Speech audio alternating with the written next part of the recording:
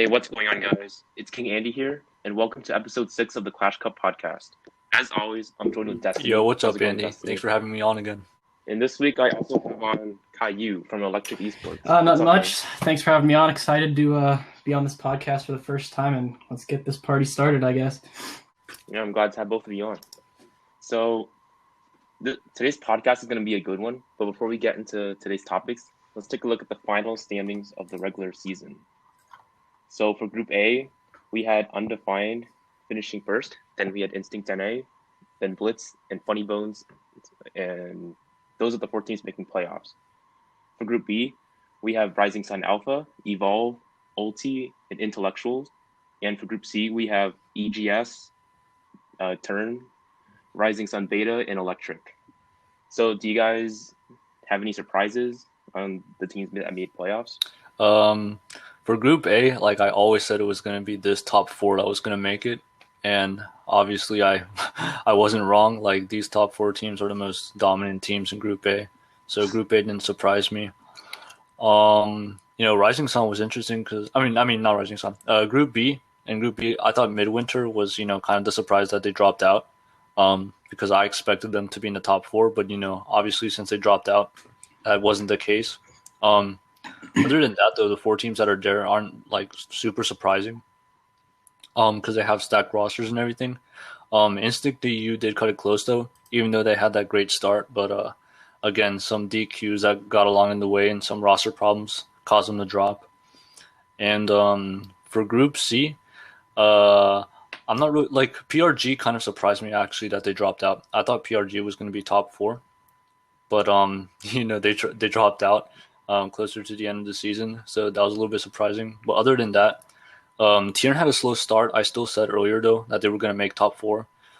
Same with Rising Sun B and EGS, but I thought it was going to be those 3 with PRG, and I honestly didn't expect Electric to squeeze in until the end. But GG's to them that they were able to squeeze in and secure a playoff spot.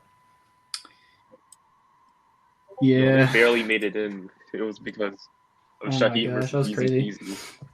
I think the standings for Group C. I think obviously A and B, like Destiny said, no like huge surprises there other than Midwinter dropping. And for our group, I'm kind of surprised that we're still even in playoffs because our matchup against Beta and Tyranny were pretty slow. I think we only got like 3 or 4 point weeks there, so I thought for sure after those. And that combined with our final week bye, I was kind of surprised we were still able to remain top 4. And obviously, shout out to Easy Peasy. It kind of saved our bacon, but yeah, it was really good season. Mm-hmm. Yeah, like it came down to a final 2v2 set that like everyone, like your captain Electra joined as well. It was like insane. Everyone was watching. And then when everyone, when Easy Peasy won, I was freaked out. Like, that was all they had to do was win one 2v2 game, and Easy Peasy came in with the sweep. It was really crazy. And Easy Peasy was eliminated as well, so like I'm really glad they played like really well. Anyways, so yeah. So obviously the top 4 teams in each group goes to playoffs, but the top 2 teams in each group will play in this seeding tournament. That will happen this Saturday. So basically, it's going to be 1v1 player from each of the top 2 teams. Will play in like a round robin, like a best of 3 against each other, just like one time. So in the top 4 teams from that seeding tournament will get a bye in playoffs. So do you guys have any predictions on who will come out for each team? I mean, like for Undefined, I'm expecting it's either going to be Beck this time or Aaron going because they've been doing pretty well, and I wouldn't be surprised if it's one of them. For Tourney, I'm expecting Amar because I think he's their strongest player. Evolve, it has to be Kenda Swagger. I can't imagine anyone else. And I don't know with other teams. It could be really anyone, really. Yeah, I think with Kenda Swagger for Evolve, I think they're pretty much set in stone because he's like really impossible to like beat and also to defeat on a consistent basis. So I probably have to go with Undefined, Evolve, Tierney, and Rising Sun as the 4 teams. Yeah, those would be my 4 as well. Yeah. sounds good.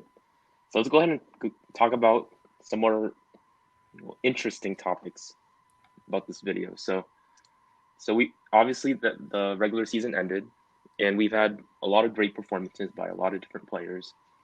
So I just wanted to talk about, in my opinion at least, the top 10 1v1 players in the top 5 2v2 duos that I picked out myself based on their performances. And just a little disclaimer, this is not meant to be like a historical list, and how these people performed in other leagues have zero effect on it. I made this list just for people, just from their stats in Clash Cup specifically. So that's why players like Kenda Swagger aren't going to make the list today, because they haven't had a dominant performance in Clash Cup. So I'm going to go ahead and start off with 2v2. So for number 5, I put Caillou and Ferox. And the reason why I did that, because they played 2v2 all season. They have a good win rate, I believe 58%, something around there. And they've just been solid all around. So do you want to talk about how you guys play 2v2? Do you guys for call? sure. Do you guys so we've been playing 2v2 for quite a while, I would probably say since February, or maybe even earlier than that, before Clash Cup. We have a few deck pool PDFs that we're able to choose from. We VC pretty much every single time. I think there might have been a few matches where we weren't able to, simply due to the time conversions, considering that we were in the APAC. So obviously going against Rising Sun Beta, we weren't really able to, because I had to wake up near 5 a.m. to do the 2v2, which obviously doesn't really, you can't really voice call right there. But we prepared pretty well. It was the only set I think each of us played. I don't think we ever stepped out of that role in Clash Cup. So I think the consistency and practice and the fact that we played together in other leagues definitely helped us take home a lot of sets in that. Mm-hmm. So going into number 4, I got to put myself in cars on this list, man. Not to be biased or anything, but we did pretty well, I'd say.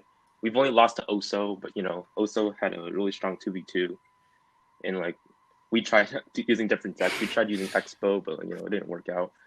So other than that, we've beaten pretty much everyone else. So I feel like we did a good job there, and I'm looking forward to playing 2v2 in playoffs. For number 3, I put Oso, Trickster, and Pierco Xpin. They definitely improved their 2v2 a lot compared to last season, because last season they had a different duo, and then this season they just switched it up, and I believe only lost to Gino and Clash and Instincts to Night and Asian. Yeah. So they're pretty good duo, I'd say. Do you have any thoughts on them, Destiny? I think they deserve that number 3 spot, because like you said, they only lost to Instinct and Blitz, but they really do have an insane 2v2 duo, especially compared to last year when they were really, really struggling on that. So, I mean, really props to them for turning it around on 2v2, and they definitely deserve that 3rd spot. Mm-hmm. So, I know Destiny's not going to agree with this one. I put Gino and Clash. No, bro. You're playing with me. Oh my goodness. Let me explain. Because so this past week they dropped a game to Oso, which I know Oso is good, but you said they were gonna sweep, so you gotta give your hats off to Oso for that, taking one game away from them. And this may spoil it, but they lost to Cool Soul and Beak this time, unlike earlier. So that's why I have them at number 2. Brett. Do you want to any rebuttals? Yeah, I want to have a rebuttal, because didn't Undefined's 2v2 lose the last week to what? Who? Quantum? Yeah. I know, but they were. Tell me who's the 2v2 for Quantum. Tell me who's the 2v2 for Quantum. John Cena Exactly. and CCL. Exactly. Those guys are CCL, mad respect to him in the bar bracket, I was rooting for my homie, but he fell short. Yeah. Well, actually, he didn't fall short. He, kind of ditched. But, those guys aren't, insane household, Clash Cup 2v2 names right there, bro. Gino and Clash are the absolute real deal, man. I'm telling you. They dropped one game to, the 3rd best team that you put in your own rankings. So, oh, man. Even though Breakfast and Cool Soul beat them, bro. Like they weren't at the top of their game, bro. Like compared their A game compared to Breakfast and Cool Souls, they're just like in an insane, like more dominant form than them. So they got to be number one, bro. They got to be number one. Yeah, we'll see. Hopefully they meet again in playoffs. That'll decide it. And yeah, for number one, I put Cool Soul and Breakfast, just because they had a dominant season playing 2v2 together. Like Undefined was struggling with 2v2 before, and then when they came on, they just completely like. There's a reason why Undefined is first in Group A. It's because of their 2v2. I mean, sure they lost this past week, but I feel like, I mean, they secured first already, so I feel like they played with nothing to lose. So like, I don't think they can care less about that loss, in my opinion. And I just wanted to give a few honorable mentions. First off is from Rising Sun Alpha, U-Style and Cow. I'm not sure how to say the name, but yeah, they also had a really good win rate in 2v2. I haven't watched much of their games simply because they're in a different group. And yeah. And another one I want to give an honorable mention to is Datshim and Taigo from EGS. They've actually never lost a 2v2 match. But then like I believe Taigo like stopped playing for some reason. And then Datshim had to play with Flow. But yeah, those two they were like 6-0, I think. Yeah, they're one of the few teams we actually dropped a set to. I think it was them and Rising Sun Beta. Yo, you should put Shadow and Eddie. They were also undefeated. Oh yeah, true. Just to beat you guys, funny bones in week one. That was funny. Yeah, that's hilarious. Wait, is it no? Blitz only lost 1 2v2 set. I thought they were undefeated in 2v2. But now let's get into the good part: the top 10 1v1 players. So, number 10, I put Jin Kazama. Is that I don't know how to say his name. That's my best guess. He recently finished number 1 in the most recent global tournament, and yeah, like that's just really impressive. Like finishing number 1, insane, bro. And then in Clash Cup, he has a really good win rate, and he's been pretty dominant. I don't think he's ever dropped a set either, so definitely deserves a top 10 spot in my opinion. For number 9, I put CB. Definitely not biased, but he's been performing really well in the 1v1 sets. Like he lost to Balkeith, I think, in week 1, but like Balkeith is insane. He's an insane player, but after all that, he beat I believe he beat everyone else in the 1v1 sets. He beat one of Instinct's undefeated players. He beat one of Tribe's players, and yeah, he's been really solid in the 1v1 set overall, and he's a reason why we're in the playoffs, because he's been really carrying us in the 1v1s. For number 8, I had Beck this time, because he actually started the season off playing 2v2. I mean, not 2v2, 1v1. Then he switched to 2v2 when their 2v2 was struggling, which makes sense. Beck this time was 6-1 in the 1v1 sets. Before he moved on to 2v2. So, yeah, definitely a really good player there. Do you guys have any thoughts on those 3 players I just mentioned? Yeah, I'd say actually that sounds pretty much right. Like, I don't have any arguments for any of those 3. Yeah, so far so good. Everything makes sense so far. All right, I'm nervous as we move on. Number 6, I had Wada Perone from Rising Sun Beta. I don't know if you guys saw the Clash Cup Twitter, but I recently made a tweet on his gameplay. Oh my god. Those prediction zap on those skillies were so beautiful, man. That was insane, bro. And like that zap literally won him the game, because if you watch till the end, he had like 100 damage left on his tower, and if that bandit didn't charge, then he would have lost for sure. Number 5, I put Allah, for obvious reasons. 1, for carrying intellectuals practically into playoffs. 2, for being an amazing player, which he is. Like, he's an incredible player.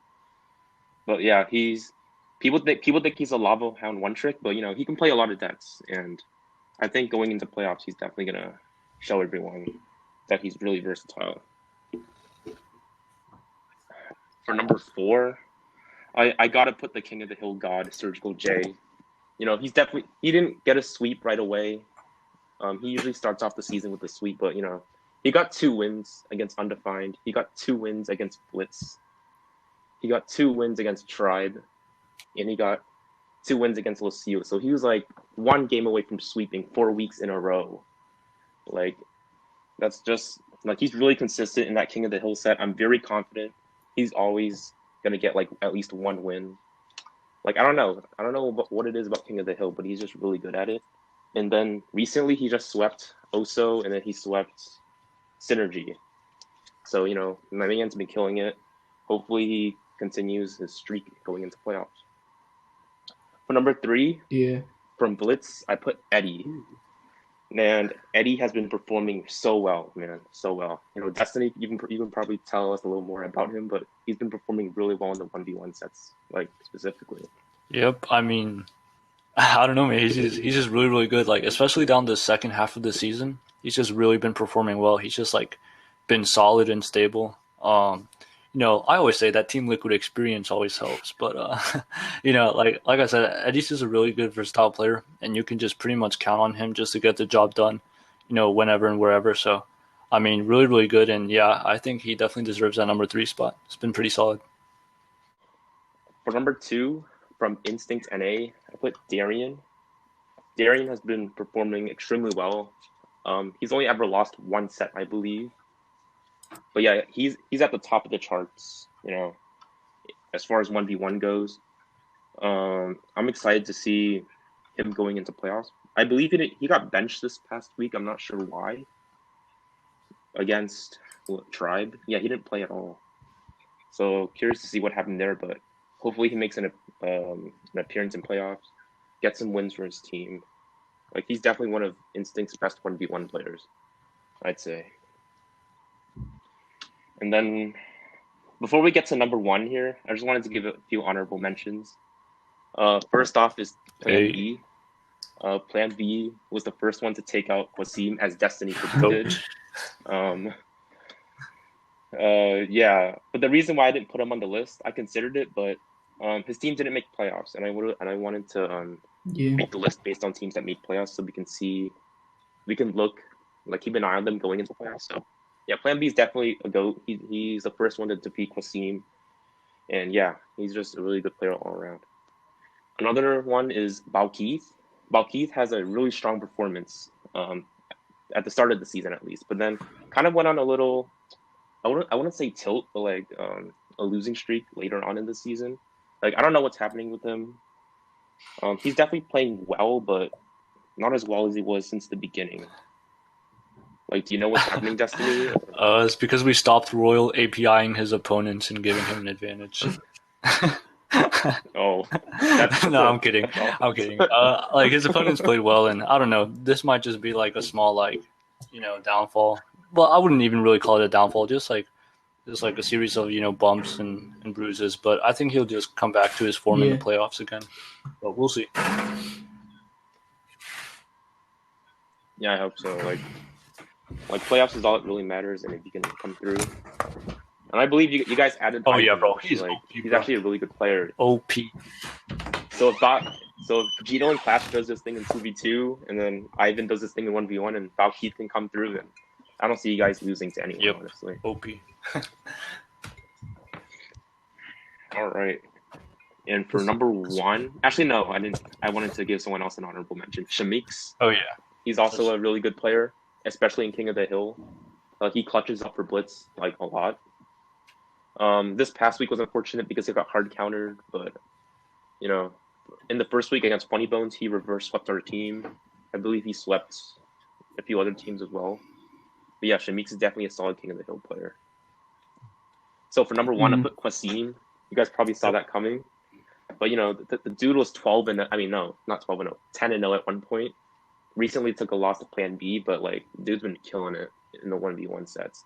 And as we've been saying all season, like, Ella and Quasim have been carrying intellectuals, basically, and is the reason why they're in playoffs right now. But yeah, like, I'm excited to see how they're performing going into playoffs. I believe that they're going to be playing in all the 1v1s in King of the Hill sets. Like I'd be shocked to not see them playing in those 2 sets. So yeah, what are you guys' thoughts? That was honestly a pretty accurate list, to be honest. I thought Shamik's rebuttals? maybe could have squeezed in top 10 because like he's been playing really, really well for us. But other than that, I think I totally agree with your list. Honestly, I would say same thing for me too. Because really, with the 1v1 lists, especially with the playoff format, the teams are going to need to rely, especially on 1v1 now, since considering there's 3 sets of that. If I'm correct, I think that's correct. So it'll be pretty interesting, especially for us, considering our 1v1s have been kind of lacking, I feel like. So those teams are going to be really strong in playoffs due to the fact that they're favored for the 1v1s.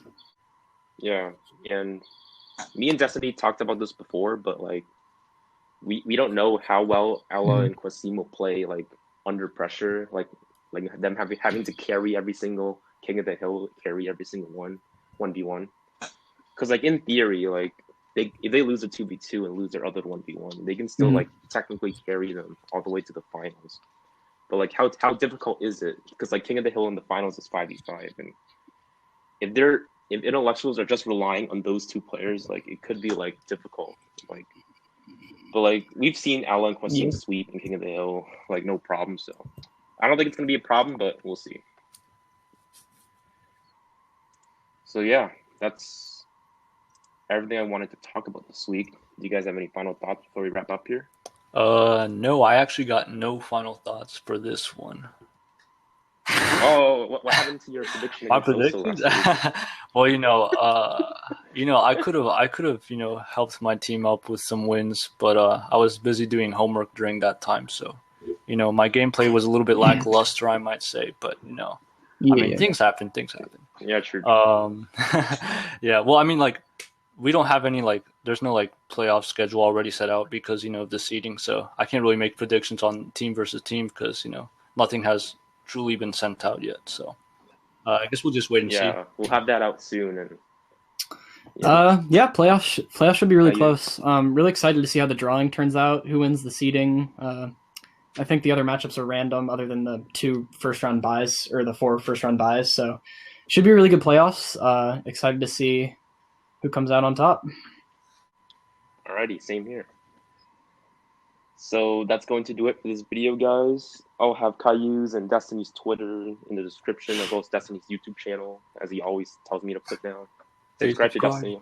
No problem. Yeah, thank you. Thanks again for coming on, guys. All right, thanks for having us, Sandy. Thanks again for coming on, guys. All right, thanks for having us, Sandy. All right, thanks.